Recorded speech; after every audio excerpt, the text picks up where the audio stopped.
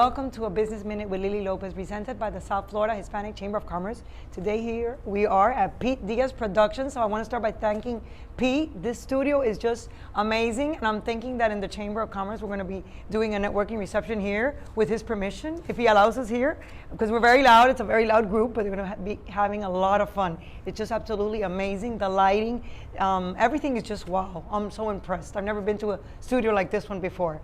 But besides that, the gentleman of the hour with me is Alex Hernandez, who does sports and entertainment and arts for iBERIA Bank, also First Horizon. When is that name going to be one name? Because I get confused. So we are slated for now February, of 2022. So that means that we need to use iBERIA Bank and First Horizon both.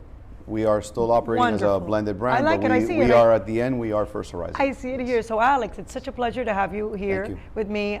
We've talked so much about the importance of sports, entertainment, and arts in Miami that we are basically, like I call it sometimes, the capital of the world, because Miami, everywhere you go in the world, everybody says Miami, Miami, we're the capital of the Americas. But yet again, we have a lot of things going for us. I mean, now we have the technology, all these headquarters are coming to Miami, but still we are not where we want to be with regard to entertainment, arts, and sports. So tell me about that, because you're an expert on that, and that's your forte. No, thank you. And thank you for being here. It's my pleasure. I think we're in an opportunistic time. Sadly, as a result of the pandemic, there's been a transition for various reasons to South Florida and Florida in particular. We are seeing a tremendous shift in what was at one point a pass-through city where people just came to play and then they carried about their business and go back home to their respective businesses. I think now we're finally starting to see a little bit of a pivot where finally companies, whether it be sports, entertainment, and whatnot, are looking at South Florida as a place to do their business while living here and be able to expand. So I'm very optimistic that in the years to come, as we move into the next kind of era and what the new business is going to look like, that we're heading in the right direction. In the right direction. And how did you start your career? Because I know it's interesting, so I want to share it with our viewers. Well, it's very interesting. It's a great question. I mean, I was a music major. I mean, I played the guitar when I was a kid, and I ended up being stuck with a tuba, not the guitar, and then DJing became part of my world, and I started the DJ. As a matter of fact, I'm very thankful to Pete Diaz. That gave me an opportunity early on in my DJ career and working for him in particular.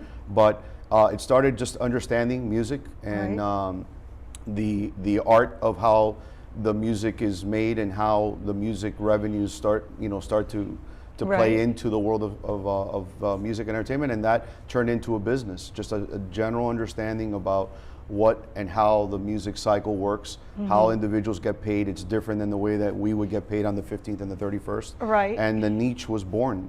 Started to work with young artists, emerging artists. I started my young career 33 years ago, so 30 years ago, and I've had the good fortune of working with these individuals and you through the course of their career. And then how did that pivot into becoming a successful banker? How did you start in banking after being a musician, DJ, and all this history that you have with regards to music? So that's a great question. I mean, sometimes in life, that's interesting, right? I mean, I'm an old school guy. I think the harder you work, the luckier you get. But I will say, sometimes being at the right place at the right time. I was simply a banker that had a general understanding of music and entertainment. And I did get the call that changed my life.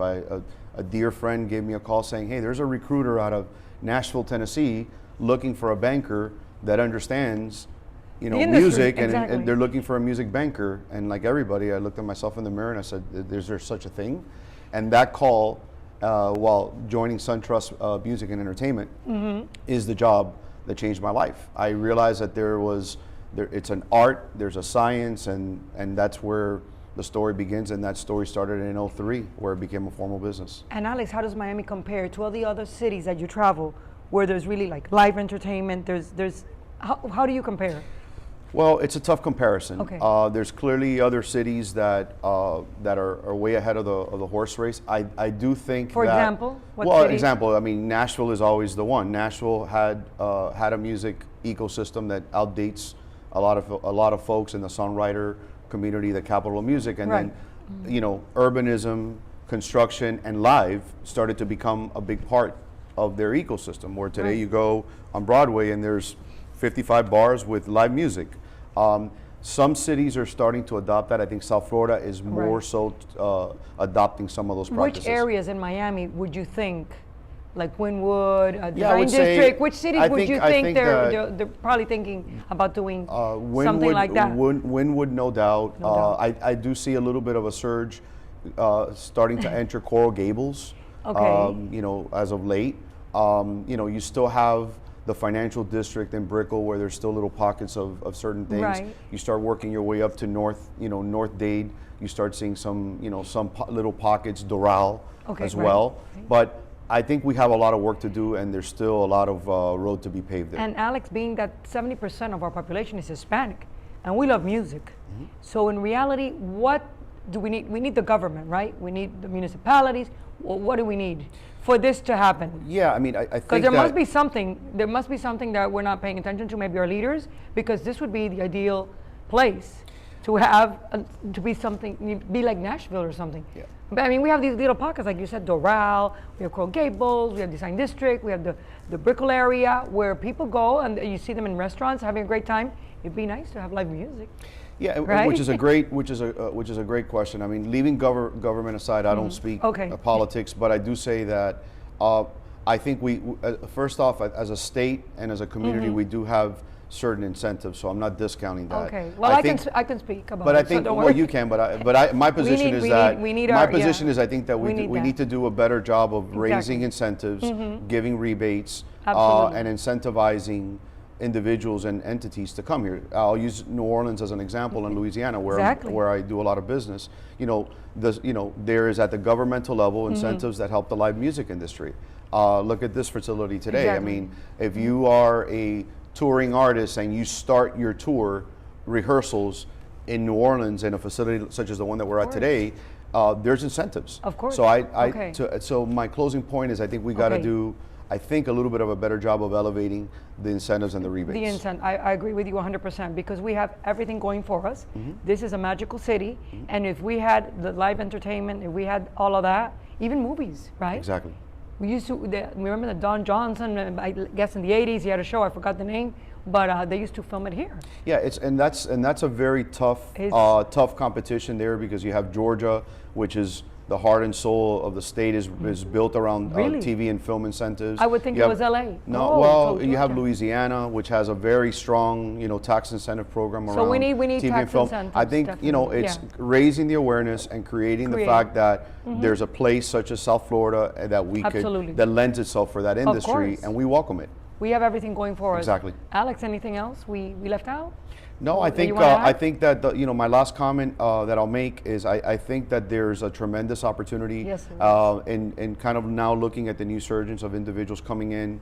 Miami's becoming more expensive. That means that more individuals have come here. So I definitely think that we're on the right path to have a vibrant city, and having an ecosystem and having companies such as a Pete Diaz and others that can come and help support the growth that I anticipate into the future is what I'm excited about. So I really thank the opportunity for today. Oh, it is my pleasure. And particularly now that South Florida became so well known during the pandemic, because a lot of people started moving to Florida. So this is like the best of the world. I think we're at ripe time, and we're at the right place. I just think that we just have to capitalize and ensure that we have the right individuals supporting it, so we can keep growing. And have the message out there of what we need. Well, thank you so much, Alex, my for pleasure. your time. Thank you for your time. And we'll see you all next week at the same time. Thank you for tuning in to another Business Minute with Lily Lopez.